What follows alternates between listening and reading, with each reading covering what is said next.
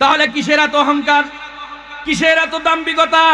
হায়াত যদি শেষ হয়ে যায়, আল্লাহ বলেন সুম্মা কদা আজারা, দুনিয়ার জিন্দেগির জন্য আমি রব্বুল আলামিন তোমাদেরকে একটা হায়াত দিয়েছি। এরপরে কি বলেন? ওয়া আজালুম মুসাম্মান ইনদাহু সুম্মা আনতুম তামতারুন। এরপরে আখিরাতে অর্থাৎ আমি রব্বুল আলামিনের কাছে আরেকটা নির্দিষ্ট মেয়াদ আছে, তারপরেও তোমরা বিশ্বাস করো না, সন্দেহ করো। আল্লাহ বলেন দুনিয়ার জিন্দেগির একটা হায়াত যখন শেষ হয়ে যায়, পৃথিবীর জিন্দেগির যখন হায়াত শেষ হয়ে যায়, তখন মানুষের মাইকের ভিতরে এলান করে দেয় অমুক ব্যক্তি ইন্তেকাল করেছে। মানুষ বলে আরে কিছুক্ষণ আগেই তার সঙ্গে উঠলাম, বসলাম, চা খেলাম, হাঁটলাম। কিন্তু মুত্তাকি যারা হবে তাদের জন্য হেদায়েত পথ প্রদর্শক স্বরূপ আল্লাহ রাব্বুল আলামিন কুরআনুল কারীম বিশ্ব মানবতার মুক্তির জন্য, পৃথিবীর সমস্ত মানুষের মুক্তির জন্য, বনি আদম সন্তানের মুক্তির জন্য আল্লাহ রাব্বুল আলামিন এই কুরআনুল কারীম রহমত স্বরূপ, বরকত স্বরূপ, হেদায়েত স্বরূপ জমিনে প্রেরণ করেছেন। সুবহানাল্লাহ। এই জন্য আমরা মুসলমান হতে পেরে খুশি না বেজার?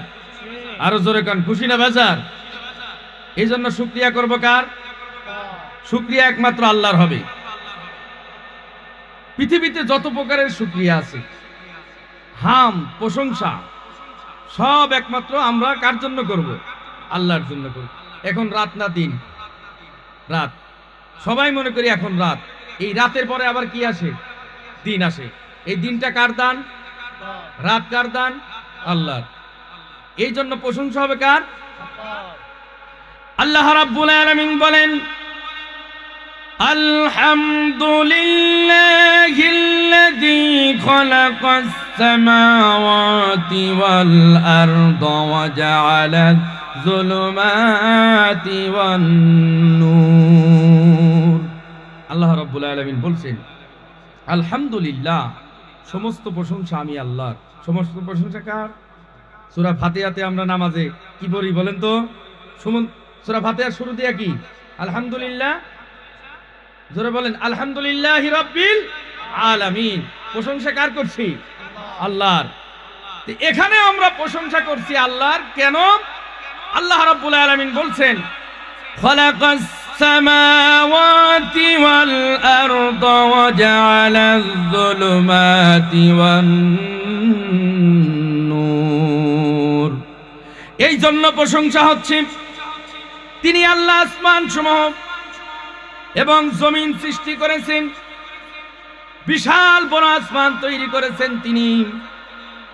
আল্লাহ রাব্বুল আলামিন বলেন এই যে আসমানের দিকে তুমি তাকায় দেখো, যে আসমান, বিশাল বড় আসমানকে আমি তৈরি করলাম, এই বিশাল বড় আসমানের ভিতরে আমি রব্বুল আলামিন তৈরি করতে কোনো খুঁটি ব্যবহার করি নাই। কোনো খুঁটি আছে? কোনো স্তম্ভ নেই।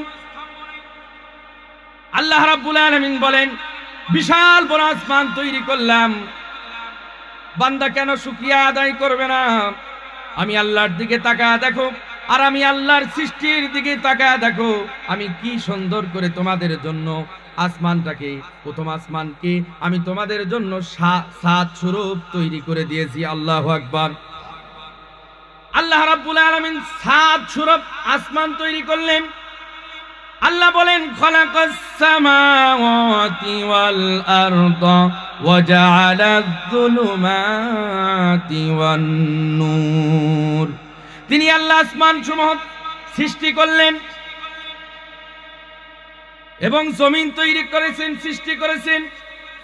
ওয়া জাআলায যুলুমাতি ওয়ান নূর। তিনি আল্লাহ রাব্বুল আলামিন আলো তৈরি করলেন, রাত্রের অন্ধকার তৈরি করেছেন, দিনের আলো তৈরি করেছেন। বান্দা কেন প্রশংসা করবে না? তুমি তোমার দিকে একবার নজর করে দেখো, আমি কি সুন্দর করে তোমাকে তৈরি করেছি। তোমার নাক দিলাম, কান দিলাম, চক্ষু দিলাম, কত আকৃতি সুন্দর করে তোমাকে আমি তৈরি করেছি।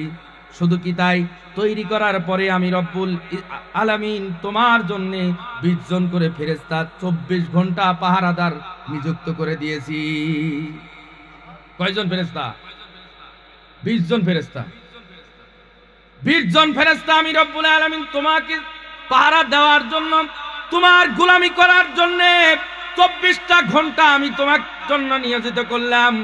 সেই মানুষটা হোক ফকির, হোক মিসকিন, বা ধনী মানুষ হোক, আল্লাহ রাব্বুল আলামিন বলেন আমি আল্লাহর কাছে কোনো ফকির, মিসকিন, কালো ধলা, টাকাওয়ালা, পয়সাওয়ালা, টাকা ছাড়া মিসকিন, প্রত্যেকের এক এক রকমের দাম।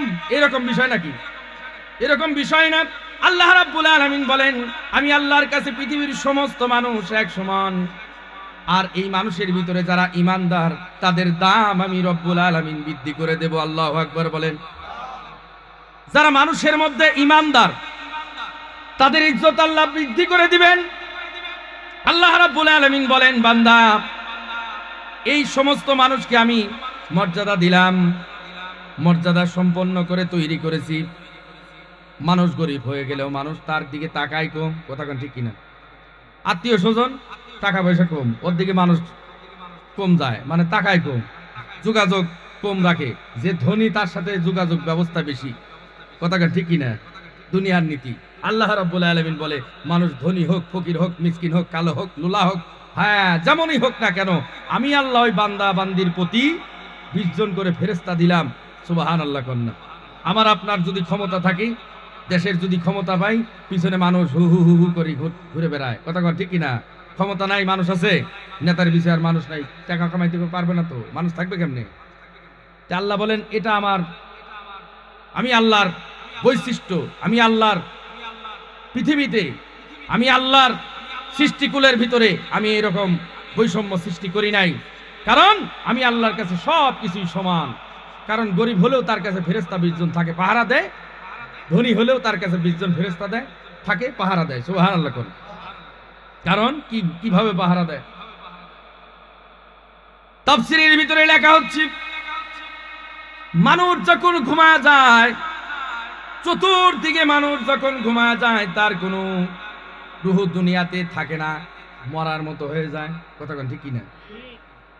এমন ঘুম ঘুমাইছে, লুঙ্গি আছে না গেছে এটাও তো টের পাওয়া যায় না, কি কথা না ঠিক কিনা? ওই সময় বান্দা তুমি তাকায় দেখো, এই পৃথিবীর জমিনে যদি ছোট্ট ছোট্ট গর্ত থাকে, সেই গর্তের ভিতরে পিপিলিকা আসা যাওয়া করে, আপ ডাউন করে। অথচ আমি রব্বুল আলামিন তোমার এই কানের ছিদ্র দান করলাম, এই যে কানের ছিদ্র দিলাম, এই ছিদ্রের ভিতরে তুমি ঘুমায় থাকো, তোমার রুহটা নাই। আমি আল্লাহ যদি আবার রুহটা না দেই, তুমি কিন্তু মৃত্যু, তুমি ঘুমায় গেছো, তোমার কিন্তু হুঁশ নাই। আমি রব্বুল ইজ্জত তোমার 2 কানের 2 সাইডে 2টা ফেরেশতা নিযুক্ত করে দিয়েছি, কারণ কানের ভিতর দিয়া জানা যাতে করে পিপিলিকা, মশা মাছি না ঢুকতে পারে। আল্লাহু আকবার। এইরকম ভাবে আল্লাহ রাব্বুল আলামিন অঙ্গ প্রত্যঙ্গ বিভিন্ন জায়গায় আল্লাহ রাব্বুল আলামিন 20 জন করে ফেরেশতা নিযুক্ত করেছেন। বান্দা কেন তুমি প্রশংসা করবে না? আল্লাহ রাব্বুল আলামিন বলেন আসমান সমূহ আমি বিশাল আসমান তৈরি করলাম, কোনো খুঁটি দিলাম না। জমিন তৈরি করেছি, জমিনের চতুর্দিক দিয়া পানি, জমিনের 40 ফিট, 200 ফিট, 250 ফিট নিচে গেলে তার নিচেও পানি, কথা কোন ঠিক কিনা? অথচ পানির উপরে আমি মাটিটা কিভাবে ভাসায় রাখলাম, তোমরা কি একবারও চিন্তা করে দেখো না? বিশাল বড় জমিন, এই জমিনের উপরে বিশাল বড় বড় পাহাড় তৈরি করেছি। পাহাড়গুলো কেন তৈরি করলাম? এই জমিনটা সমানভাবে আমি আল্লাহ তৈরি করেছি। এই পাহাড়গুলো দিলাম যাতে করে জমিনটা এই জমিনটা হেলে দুলে না যায়। পেরাক স্বরূপ আমি আর রব্বুল আলামিন মানুষের উপকারের জন্য বিশাল বড় বড় পাহাড় দান করেছি। আল্লাহু আকবার। আল্লাহ রাব্বুল আলামিন বলেন এই বিশাল বড় বড় নিয়ামত, তার হাতের নিয়ামত, কানের নিয়ামত, চক্ষুর নিয়ামত দান করলাম, তারপরেও মানুষেরা আমায় আল্লাহর নিয়ামত আদায় করে না। আল্লাহ পাক বলেন সুম্মাল্লাযীনা কাফারু বিরাব্বিহিম ইয়াদিলুন, তারপরেও যারা কুফরি করে কাফের, তারা তার রবের সমকক্ষ সাব্যস্ত করে, তার রবের সমকক্ষ সাব্যস্ত করে তারা কুফরি করে। আছে না নাই? আল্লাহ যে একজন সৃষ্টিকর্তা আছে, এই সৃষ্টিকর্তাকে বাদ দিয়ে তারা নিজেরা সবকিছু তৈরি করে সেই আল্লাহর সমকক্ষ তৈরি করে আল্লাহর সঙ্গে শিরকে লিপ্ত হয়ে যায়। আল্লাহ পাক রব্বুল আলামিন বলেন, বান্দা বান্দিরে, কেন তুমি আমাকে ভুলে গেলে? তোমার চক্ষু দিলাম, তোমার হাত দিলাম, কান দিলাম, সব কিছু দিয়া দিলাম। সব কিছু দেওয়ার পরে তুমি যে আমার সঙ্গে নাফরমানি করো, অথচ তোমার শরীরের দিকে তাকায় দেখো, এই শরীরটা খুব দুর্বল করে আমি আল্লাহ সৃষ্টি করেছি। দুর্বল শরীর, দুর্বল কিনা? দুর্বল করে সৃষ্টি করলেন। আল্লাহ রাব্বুল আলামিন বলেন, তোমার শরীরটা আমি কি করে তৈরি করলাম? আমরা বাড়ি দেই ইট দিয়া, রড দিয়া বাড়িঘর তৈরি করি, বিভিন্ন মজবুত আকার ধারণ করার জন্য বিল্ডিং তৈরি করি 16 মিলি 20 মিলি রড দিয়া, যাতে করে বিল্ডিংটা মজবুত হয়। আল্লাহ রাব্বুল আলামিন বলেন, এই সব কিছু করার ক্ষমতা আমি তোমার শরীরের ভিতরে, তোমার জেহেনের ভিতরে আমি রব্বুল আলামিন দিয়া দিলাম।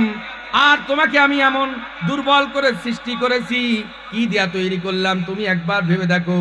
আল্লাহ বলেন, হুয়াল্লাযী খলাকাকুম মিন তিন, তিনি আল্লাহ তোমাদেরকে মানে আমাদেরকে মাটি থেকে তৈরি করেছেন। কি থেকে বলেন তো?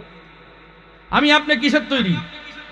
পৃথিবীতে যত মানুষ আছে, আল্লাহর জমিনে সমস্ত মানুষকে আল্লাহ রাব্বুল আলামিন এই মাটির পদার্থ দিয়া তৈরি করলেন। অর্থাৎ হযরতে আদম আলাইহিস সালাতু ওয়াস সালাম, আমাদের আদি পিতা আদম নবীকে আল্লাহ রাব্বুল আলামিন মাটি দিয়া তৈরি করছেন। কি দিয়া তৈরি করছেন? মাটি দিয়া তৈরি করছেন। আল্লাহ কয়, দুনিয়ার মানুষ, তোমাদেরকে আমি তৈরি করলাম, এত সৃষ্টি করলাম, নিয়ামত দান করলাম, এই নিয়ামত দান করার পরেও তোমরা আমি আল্লাহকে ভুলে গেলে, আমি আল্লাহর নিয়ামত আদায় করলে না, করতেছ না। অথচ আমি আল্লাহ তোমাকে সৃষ্টি করেছি মাটি দিয়া তৈরি করার পরে তোমাকে আমি খুব দুর্বল করে তৈরি করলাম। কেমন দুর্বল? একটা মশার কাছে দুর্বল, একটা মাছির কাছে দুর্বল। কেমন মশার কাছে দুর্বল? ছোট্ট একটা মশার জন্য কয়েল ধরাইতে হয়, মশারি টানাইতে হয়, নাইলে ঘুম হয় না। কতক্ষণ ঠিক কিনা? অথচ এই শরীর নিয়ে কি বাহাদুরি, ক্ষমতার দাপট দিয়া একজনের ঘর থেকে বাহির করে ঘর বাড়ি পুরা সারখার তছনছ করে দে, কে কাউকে মারবে, কে কাউকে ধরবে, এই দুনিয়ার ফিতনা ফাসাদ নিয়ে একজন মাতোয়ারা একদম আখিরাত যে আছে, এই আখিরাতকে একদম বেমালুম এক শ্রেণীর মানুষ ভুলে গেছে। কতক্ষণ ঠিক কিনা? আল্লাহ পাক বলেন, অথচ আমি তোমাকে মাটি দিয়া তৈরি করলাম, তৈরি করার পরে কি এমনি ছাড়ছি?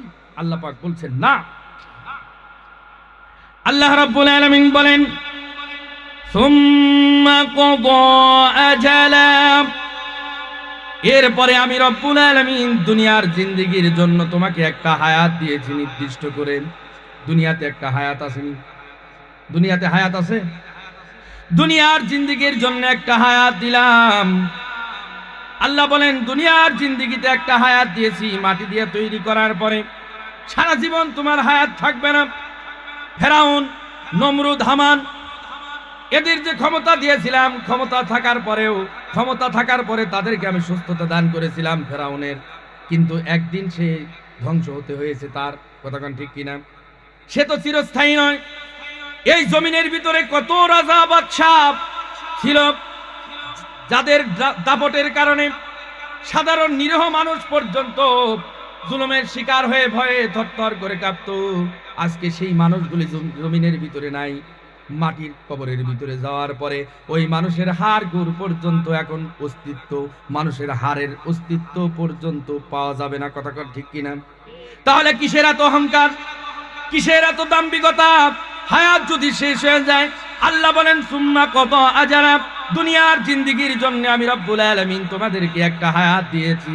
এরপরে কি বলেন, ওয়া আজালুম মুসাম্মান ইনদাহু সুম্মা আনতুম তামতারুন, এরপরে আখিরাতে অর্থাৎ আমি রব্বুল আলামিনের কাছে আরেকটা নির্দিষ্ট মেয়াদ আছে, তারপরেও তোমরা বিশ্বাস করো না, সন্দেহ করো।